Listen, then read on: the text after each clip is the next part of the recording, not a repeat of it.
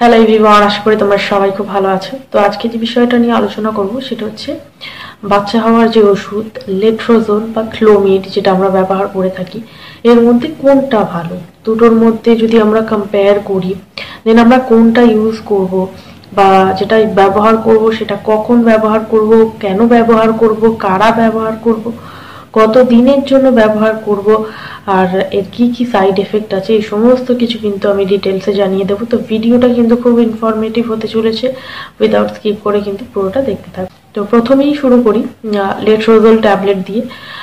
যে ট্যাবলেট দিয়ে প্রচুর মানুষ গর্ভধারণ করেছে, লক্ষ লক্ষ কোটি কোটি মানুষ যারা পিসিওডি থাইরয়েডের সমস্যায় ভুগছে এবং যারা গর্ভধারণ করতে পারছে না তারা কিন্তু এই মেডিসিন দিয়ে গর্ভধারণ করেছে।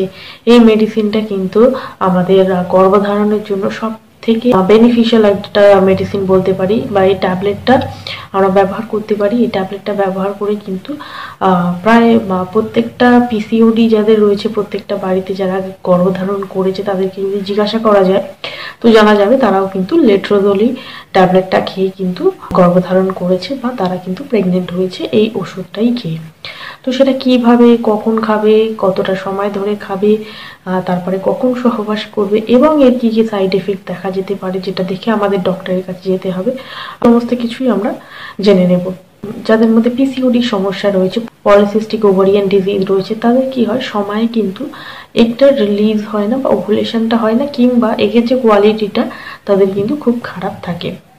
তো আমরা দেখেছি যে রিসার্চে বলা হয়েছে এই যে লেট্রোজোল ট্যাবলেটটা, সেটা কিন্তু আগেকার দিনে প্রথম যখন এটা লেট্রোজোল ট্যাবলেটটা ব্যবহার শুরু হয়েছে সেটা কিন্তু ব্রেস্ট ক্যান্সার পেশেন্টদের জন্যই তৈরি করা হয়েছিল এই মেডিসিনটা প্রথমেই যদি আমরা গুগলে গিয়ে সার্চ করি যে কি কি ক্ষেত্রে ব্যবহার করা যায়, দেন সেখানে কিন্তু লেখা আসবে ইনফার্টিলিটি এবং ব্রেস্ট ক্যান্সারের ক্ষেত্রে কিন্তু এটা ব্যবহার করা হয়। তো ব্রেস্ট ক্যান্সারের ক্ষেত্রে প্রথমেই লেট্রোজোল ট্যাবলেটটা ব্যবহার করা হতো। তো সেটা যখনই ব্যবহার করা হলো তারপর দেখা গেল যে এই মেডিসিনটা কিন্তু এগ রিলিজের ক্ষেত্রে বা ওভুলেশনের ক্ষেত্রে কিন্তু খুব কার্যকরী ভূমিকা পালন করছে।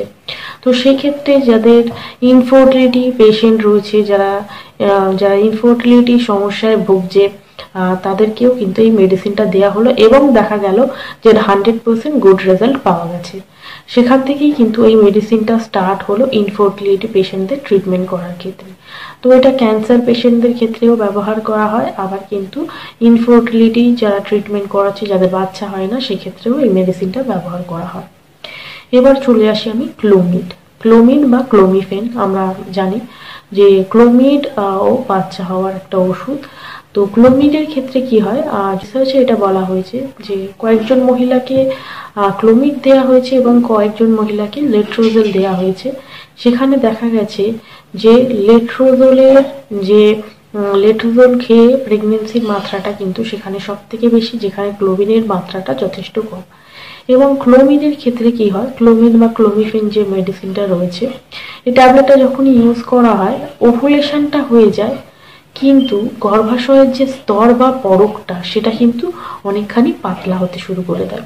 তো সেখানে কি হয় যে হয়তো ওভুলেশনটা হলো এবং সেটা ডিম্বাণু শুক্রাণুর সঙ্গে মিলিত হয়ে গেল, বাট ইমপ্লান্টেশনটা কিন্তু ফেল হয়ে যাচ্ছে বারবার। যেই কারণে কিন্তু ক্লোমিডের থেকে লেট্রোজোলটা অনেক ভালো, কারণ লেট্রোজোল ওভুলেশনটাও যেমন সঠিকভাবে সঠিক টাইমে ওভুলেশনটা হয়ে যায়, একটা ভালো গুড কোয়ালিটির এগ রিলিজ করতে সাহায্য করে, তেমন কিন্তু আমাদের যে ইউটেরাসের লাইন সেখানে কিন্তু কোনো ক্ষতি করে না। সুতরাং এই যে ক্ষেত্রে বোঝা গেল যে ক্লোমিডের থেকে কিন্তু লেট্রোজোল ট্যাবলেটটা অনেক বেশি ভালো। তো সেক্ষেত্রে কিন্তু আমরা লেট্রোজোল ট্যাবলেটটা ব্যবহার করব। তবে সকলের বডি কিন্তু সমান নয়, যার বডিতে যেটা স্যুট করে তাকে কিন্তু সেটাই রেকমেন্ড করা হবে। তাই ডক্টর এখানে লেট্রোজোলও রেকমেন্ড করতে পারে কিংবা ক্লোমিডও রেকমেন্ড করতে পারে। তবে বেশিরভাগ ক্ষেত্রেই আমাদের যে ডক্টর রয়েছে তারা দেখবেন যে লেট্রোজোল ট্যাবলেটটাই কিন্তু রেকমেন্ড করে। 5টা ছোট ছোট গুলি ট্যাবলেট থাকে, ফটোর মধ্যে তোমরা দেখতেই পাচ্ছ। মেডিসিনটা ঠিক এমন হয়। এবার আমি বলবো যে কখন মেডিসিনটা আসলে নিতে হয়। মেডিসিনটা নেওয়ার 2 রকমেরই প্রসেস রয়েছে।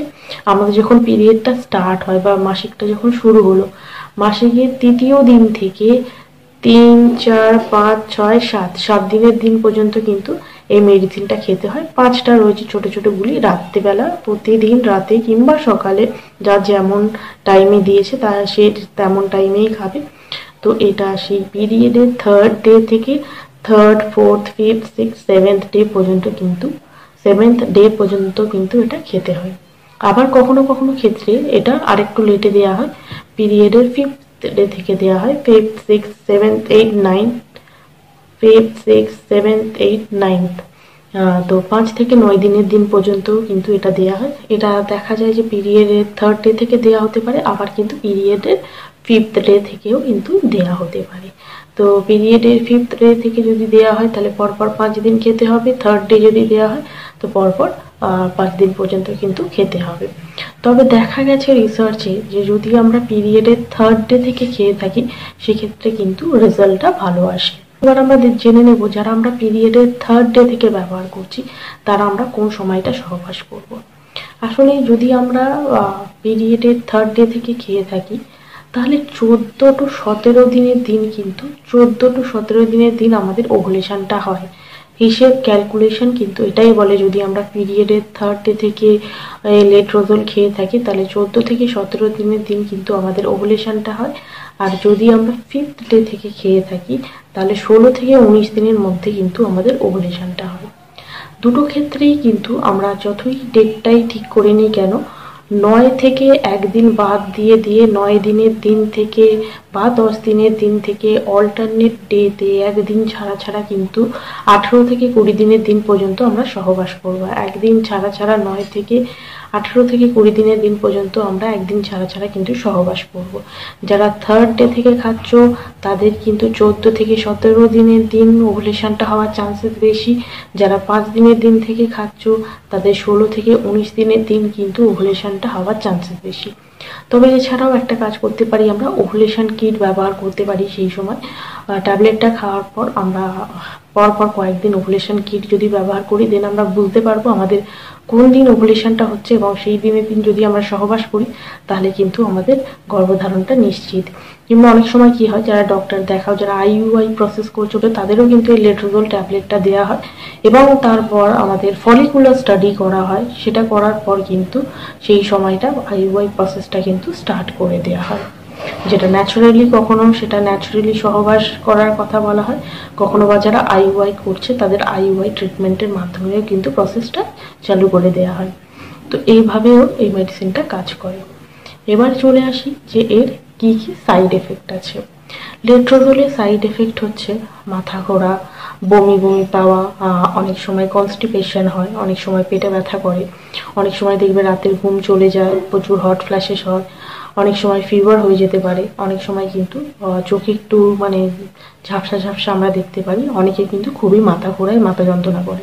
তো সেক্ষেত্রে যখনই আমরা দেখবো যে বডিতে কোনো র্যাশ বেরিয়ে গেছে কিংবা বারবার এরকম হচ্ছে যে মাথা ঘোরাচ্ছে, মাথা ব্যথা করছে বা আমাদের চোখটা ঝাপসা দেখছে, সেক্ষেত্রে কিন্তু আমরা অবশ্যই ডক্টরকে কিন্তু প্রথমেই জানাবো। আমাদের প্রথম কাজ হচ্ছে ডক্টরকে জানানো।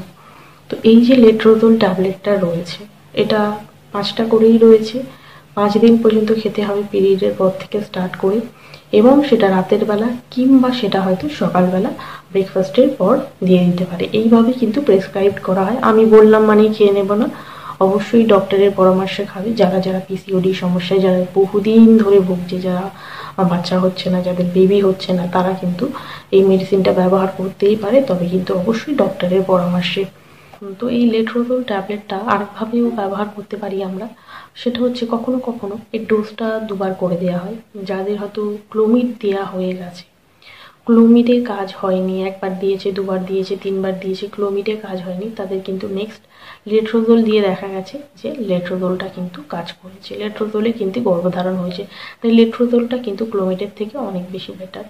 আবার কি হয়, মেডিসিন দেওয়ার সিস্টেমটা আছে, যখন দেখলো একবার লেট্রোজোল দিলাম সেটা কাজ করছে না, দেন ডক্টরের কাছে ভিজিট করলে কিন্তু এই লেট্রোজোলটাকে ডবল ডোজ হিসেবে দিয়ে দেবে, মানে 5টা 5টা 10টা করে দিয়ে দেবে। এবার অনেক সময় কি হয়, লেট্রোজোল ধরো কাজ করছে না, দেন আমরা কিন্তু এইচসিজি ইঞ্জেকশন নিই। তো সেক্ষেত্রে কি হয়, ইঞ্জেকশনের যখনই সহায়তা নিতে হয় তখনও কিন্তু একটা ডোজ হয়তো লেট্রোজোলে দিয়ে দিল, সঙ্গে কিন্তু একটা ইঞ্জেকশন দিয়ে দিল। এইভাবেও কিন্তু গর্ভধারণটা গর্ভধারণের যে প্রসেসটা বা প্রেগনেন্সির যে ট্রিটমেন্টটা এইভাবেও কিন্তু করা হয়। এবার চলে আসি এজটা অনেক বেশি ম্যাটার করে গর্ভধারণের ক্ষেত্রে। যাদের এজ অনেকটা কম রয়েছে তারা যখনই এই মেডিসিনটা স্টার্ট করে তাদের ক্ষেত্রে প্রেগনেন্সির চান্সেসটা অনেক বেশি থাকে। যাদের এজটা একটু বেশি হয়ে গেছে তাদের ক্ষেত্রে কিন্তু চান্সেসটা একটু কম থাকে, কারণ ডিমটা কমার সঙ্গে সঙ্গে তাদের কোয়ালিটিও কিন্তু ডিক্রিজ হতে থাকে। তবে আশা মানুষকে বাঁচিয়ে রাখে, আমরা অবশ্যই আশা করতে পারি আর মেডিসিনটা অবশ্যই ট্রাই করতে পারি, তবে ডক্টরের পরামর্শ দিন। আমি আশা করছি যে ক্লোমিডের থেকে লেট্রোজোল কেন বেটার, কী জন্য আমরা ব্যবহার করব, এটা খুব ভালোভাবেই তোমরা বুঝে গেছো।